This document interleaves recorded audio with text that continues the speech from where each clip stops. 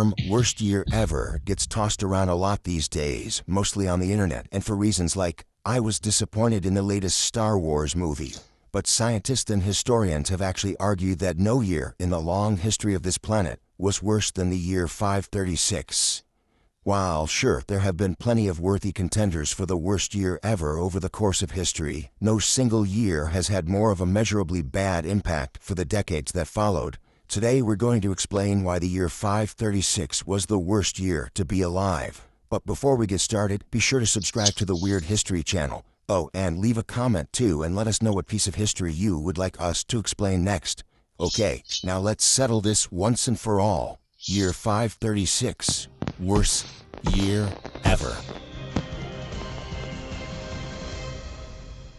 While serving as a military advisor to Belisarius, one of the Byzantine Empire's most distinguished generals, Byzantine historian Procopius noticed some trouble was brewing in the air while traveling with his boss in Sicily in the year 536.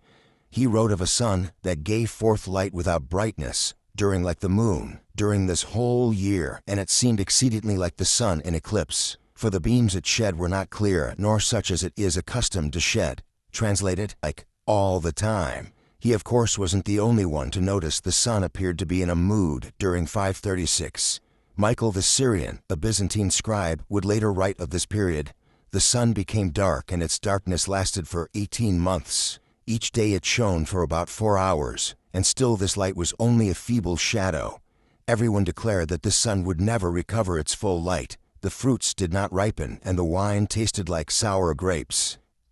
This wishy-washy sun situation cast a non-metaphorical dark cloud over the globe that darkened the sky for at least a full year in 536. Researchers later discovered evidence of a massive volcanic eruption whose ash was likely a major contributor to the Seattle-like weather, minus all the rain, spreading ash and destruction on a global scale. Not to mention it made the grapes sour and the wine bad, so that's an easy strike for the year 536. Basic biology teaches us that plants need the sun to aid in their growth and survival. So not having direct sunlight for the duration of at least a year did a real number on the crop output around the world and sparked a widespread famine around the globe. And it's not just that the plants wanted to catch their rays, it was just too darn chilly for crops to grow.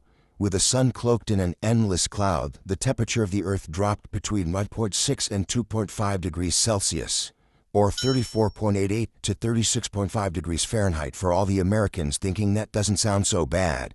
But it also cooled temperatures for decades to come. Crop scarcities were reported far and wide around this time period, including Ireland, who suffered through their own horrible-sounding food depletion they called bread failure. A dusty veil covering the sun wasn't the only bad thing in the air for these poor people just trying to live their lives in 536. There was also a plague or two waiting in the wings to strike on these vitamin D-deprived immune systems. Nobody was immune to this infestation. It swept through the lower classes all the way to the imperial palace. Symptoms, as it was lovingly described, began with a sore that formed on the palm of the hand and progressed until the afflicted one could not take a step. The leg swelled, then the buboes burst, and pus came out.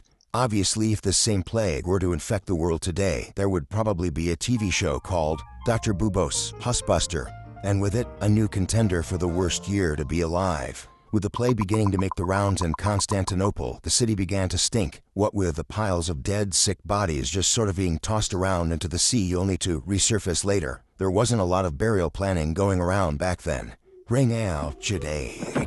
There was more of a wing-it vibe around the Justinian Plague. Emperor Justinian ordered the bodies to be removed from the city. I'm not dead. Yeah. He said he's not dead. Yes, he is. Have not. But all that did was expose more people to the disease, as healthy people were responsible for moving deceased sickly bodies out of the cities.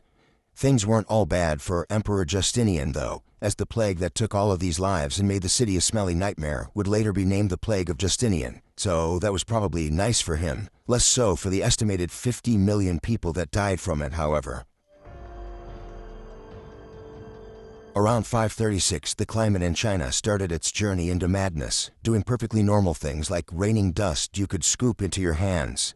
Not only should it not rain dust, it certainly shouldn't be measurable by the scoopful. The Nan-shi, a 6th century chronicle, reported a yellow ash-like substance falling from the sky. They named their freak weather hui, or dust, and said it was yellow in color.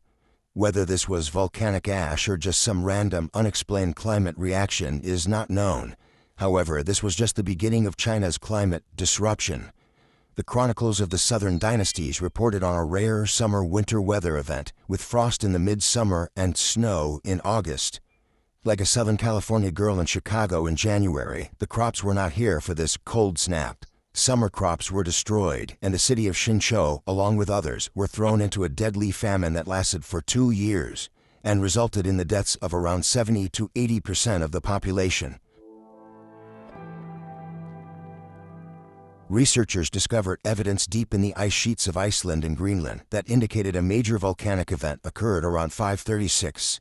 Volcanic eruptions in Iceland in 540 and 547 thrust people into the literal Dark Ages, with ash lining the skies and blocking out the shiny hot sun thing in the sky that the people of the 6th century were starting to get used to having around. Based on a tropical volcanic ash later discovered, some scholars have suggested a volcano in El Salvador went blasting off around the year 535 or 536.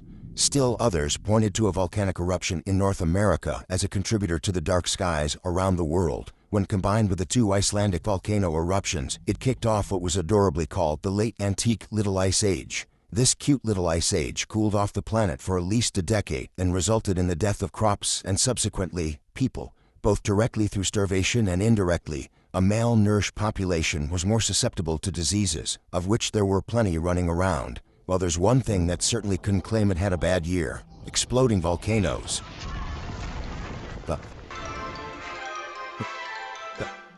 By the time the 6th century rolled around, the Roman Empire had migrated east to Constantinople.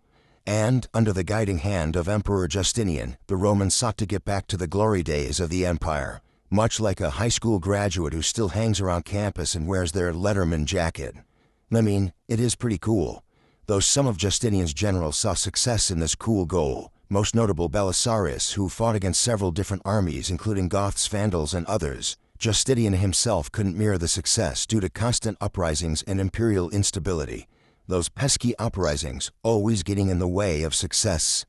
To add sickness to war defeats, the Byzantine Empire would never fully recover from the disease and famine sparked by the events of 536.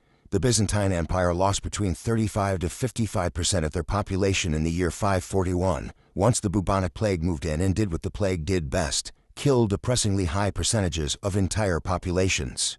Historians believe the plague could have been transported by plague-infested rats hitching a ride on military trains during this attempt to bring the Roman Empire back to its peak, which clearly backfired.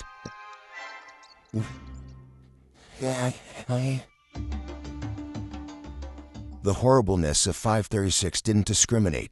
The Moche civilization of Peru wouldn't count 536 as their banner year either. The Moche civilization, a once dominant force in the region, were known to be avid fishermen and developers of an advanced irrigation system that allowed a variety of crops to grow. Their agricultural talents were the backbone of their economy, but the weather conditions in the 6th century caused their pocketbooks to take a deep hit.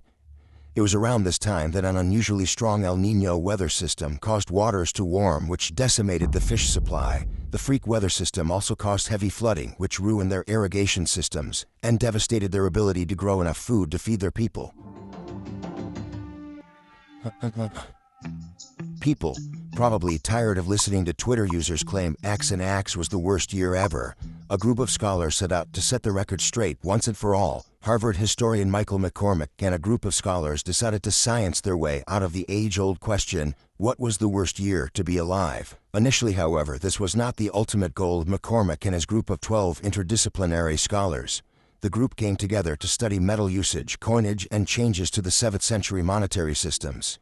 Somewhere in this thrilling subject matter, one probably began to ponder if they were living in the worst year to be alive. Their findings included an analysis of volcanic fragments from an Icelandic volcano in ice core samples from Swiss glaciers that, yes, dated back to 536, confirming the volcanic event that thrusted a good portion of the northern hemisphere into unprecedented darkness, setting off a global catastrophe. Yeah, but in 1998 both Armageddon and Deep Impact were released, and people had to choose between which two asteroid-based action movies they liked best. It's a tough year. The planet left behind plenty of evidence of climate trauma that resulted in a chain of climate events that spiraled over into real human suffering. Remember, we only get one Earth, everyone. Please recycle. Dendrochronologists, people who study tree rings to determine a tree's age, since that's a science and not a wild guess, noticed some disturbing patterns emerging when examining Icelandic trees. The rings indicated a period when the tree's growth had slowed, suggesting a significant cool-down had occurred around the middle of the 6th century. This, combined with the newly unearthed ice core evidence discovered in 2018, helped date the time of the catastrophic event that ruined Earth for a little bit, to the year 536. In researching for the worst year to be alive, things weren't always so bleak. In fact, the research started by our friends at Harvard ended on a positive note. While the events of 536 were the spark for some truly literal dark days in our planet's history, the researchers were also able to find the moments things really started to turn around. When researching coinage, they noticed the reappearance of lead in the ice core samples, indicating that people were producing silver again for money. Ah, capitalism, the life force of us all. Experts argued the prevalence of silver meant more coins were being produced, which was a sign of a thriving economy. The lesson being, as bad as it may seem, it will almost always get better. Almost always.